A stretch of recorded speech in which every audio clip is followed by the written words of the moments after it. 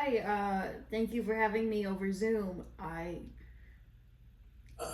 from Phoenix and I don't know what cold is. Like, what is that? Y'all are just talking about cold weather and I'm like, 100 degrees. So, Wow. I'm happy to be staying home for this show because even if I don't spend money, I feel like walking out the door makes me broke. Like, Yeah. it sucks being broke during a political season. I kept getting those campaigns that were texting me things like, "We need $5," and I'm like, "Me too." Lately, I've been getting phone calls and text messages from a company that I just heard of, and they're called "We Won't Stop Calling, We Won't Stop Texting," and I assume they're named after the answer to the question, "What happens if I block you?"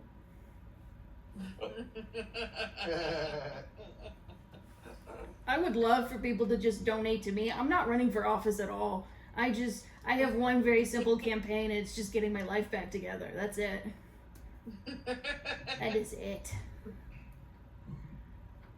I went out to dinner with a guy. We both support local businesses in our area. I also support free dinner. Okay, maybe he doesn't support free dinner, but I do. I'm like, it's a break for me. So we sit at the local restaurant, and the vibe is good, and we're being served by our waitress. But then halfway through, we're being served by the manager. The manager takes a liking to this guy and I, and then it occurs to me the reason she's taken a liking to us is because we're giving off some little kid energy. Like, when we asked for gin and juice, the manager brought us only juice. In a sippy cup. No, I'm kidding. It was a small cup, but I was like, this isn't for shots. I could tell. She's also looking over at the guy, and he has pasta. And so she's looking at him and his pasta, and she's like, "Do you want more coverage for your shirt?" She's basically asking him if he wants a bib without saying, "Do you want a bib?" And then she looked at my meal, and she's just like, "Oh, congratulations, not only did you finish your meal and it's empty, your meal also came with vegetables." She might as well just given us some crayons and just put the toy in the to-go bag and then just told us we were past curfew. She's just done all that.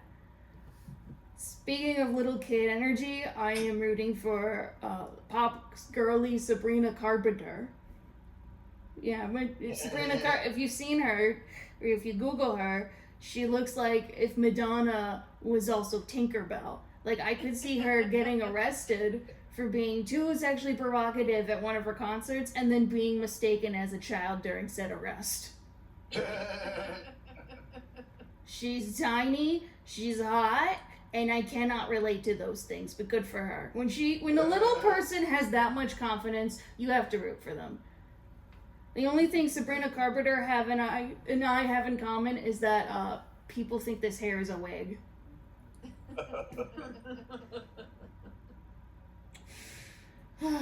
So, Sabrina Carpenter has had a big 2024. Last time people had heard of Sabrina Carpenter, she was tied to Olivia Rodrigo in 2021, specifically January 2021. There was two things going on during that time. The White House got invaded, and then Sabrina Carpenter and Olivia Rodrigo's Disney Channel original love triangle put a bunch of adults in a chokehold. It's fascinating. And both of them are thriving in their careers now. It's just Olivia is now tripping on stages. Like, she'll fall into holes on stage and then she just gets up like it's nothing. Because, yeah, I knew she'd be okay when she did that. I was like, she's just going through a stage. It's fine. She gets back up. Sabrina, on the other hand, her career's just getting started. And, Sabrina's career is just getting started. I thought that was a ghost for a second. I'm sorry. It's been like forever since I've done a Zoom show. I'm being haunted. Oof. It might have been a Sabrina Carpenter fan. Like, what?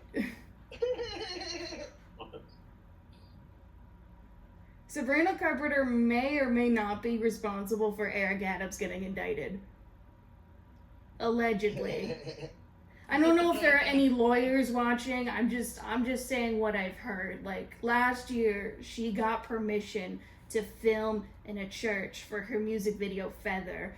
Feather is the music video where Sabrina Carpenter murders a bunch of men, and she somehow looks more innocent in that video than Eric Adams does in real life.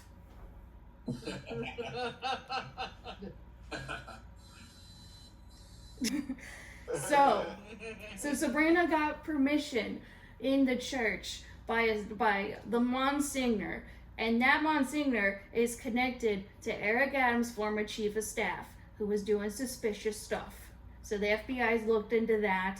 And do you think Sabrina Carpenter lives rent-free inside Eric Adams' head? Like, she's literally little enough to just be in his head. Like, literally little. Like, I want to know if Eric Adams doesn't like her. Because, like, he can't pray to God that a situation improves. Jesus was a carpenter, too. I just want to know what it's like for Eric Adams when he just sits in a car and he's being driven around by somebody. And then the car stereo starts playing Sabrina's song, Espresso. Now he's thinking about me every night. Oh, isn't that sweet? And I bet Eric Adams is just like, no, it is not sweet. She may have indicted me. All right. So my name is Kate Borrell, and if you like what I do, please do follow me at Kate Borrell Comedy on Instagram. Thank you, guys. Whew. Yeah, Kate Borrell, let her know.